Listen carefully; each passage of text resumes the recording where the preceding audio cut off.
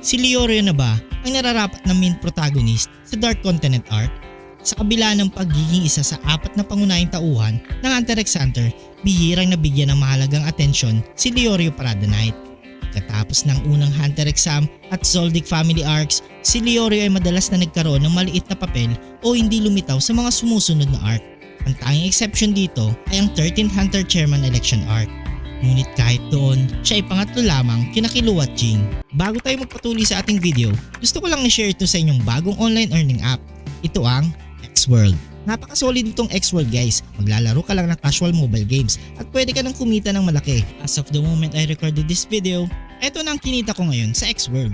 Ang X-World ay isang play to earn online app na kung saan kapag nilaro mo ang mga games na nasa loob ng X-World ay mabibigyan ka ng mga rewards sa tinatawag na build token. Kaya napakasolid nito guys, pwede mo itong i-convert sa iba't ibang currency tulad ng Bitcoin, Ethereum o kaya USDT at pwede mo ito i-withdraw gamit ang GCash at bank account. Maraming pagpipilian dito guys at sigurado mag-e-enjoy ka at kikita ka pa. Dito sa mga recommended games ay magbibigay sa iyo ng mga pinakamalaking build tokens. Kaya ito ang dapat nyong laruin kung gusto nyo ng mas malaking earnings. At para mas lumaki pa ang potential earnings mo ng build tokens, makakatulong din ang pagbili at pag-upgrade ng mga pets. Mas mataas ang level, mas malaki ang build income percentage increase. At lalo na kapag nasubukan mo itong X-Sprite ay makakatulong sa iyo na mag-boost ng income potential mo.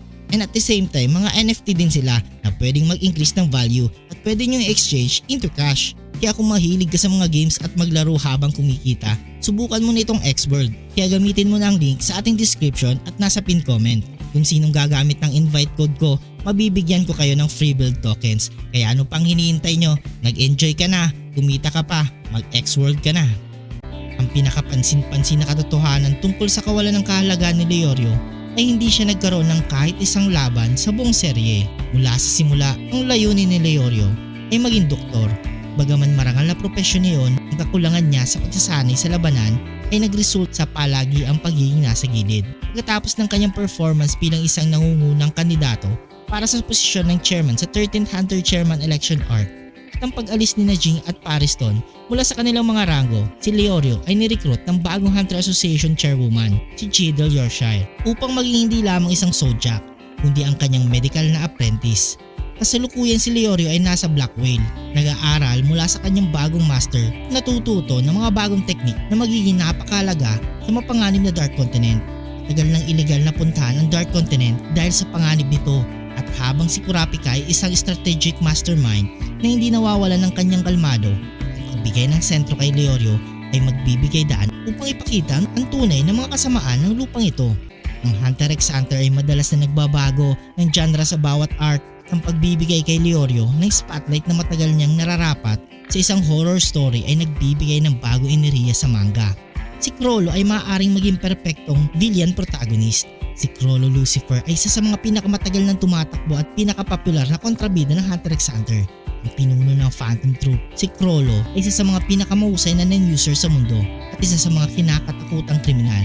Siya ang responsable sa massacre ng Kuta Clan sa pananakot kina Gon at kanyang mga kaibigan sa York New City. Simula nung York New City arc, si Chrollo at ang troop ay ginamit hindi bilang mga antagonist kundi bilang mga bida na kontrabida ng kanilang sariling kwento. Sa Grid Island arc, ang troop ay nagtrabaho upang maibalik ang nen ni Chrollo.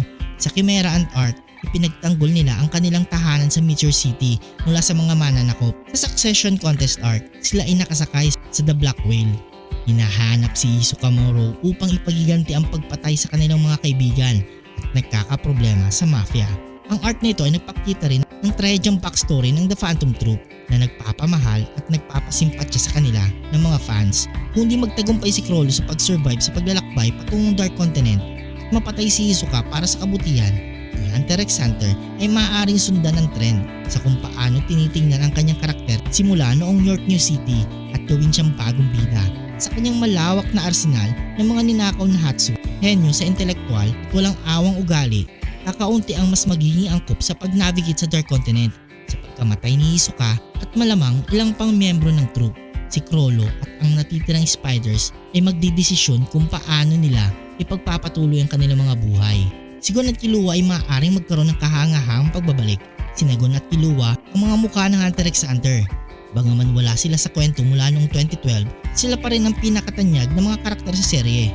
Ito ay dahil sa halos eksklusibong pagtuon ng kwento sa mga kanilang pakikipagsapalaran sa halos buong takbo nito, ay ginagawa silang pinakapopular na mga karakter na may pinakamaraming merchandise. Tatapos ng kwento ni Kurapika, ang Dark Continent arc ay maaaring maging pagkakataon para si Nagon at Killua ay muling bumalik.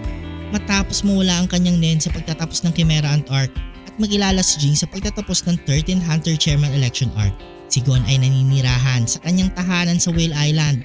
Nag-aaral muli kasama ang kanyang tiya Mito habang kailangan ni Gon ng kapayapaan at katahimikan matapos ang iba't ibang trahedya na naranasan niya. Ang kanyang puso ay may pagnanasa pa rin sa pakikipagsapalaran nang makita siyang magsikap na ibalik ang kanyang nen upang makasama ang kanyang ama sa expedition team ay magiging kapanapanabik na kwento. Si Killua naman ay naglalakbay sa mundo kasama ang kanyang nakakabatang kapatid na si Aloka mula nung maghiwalay sila ni Nagon.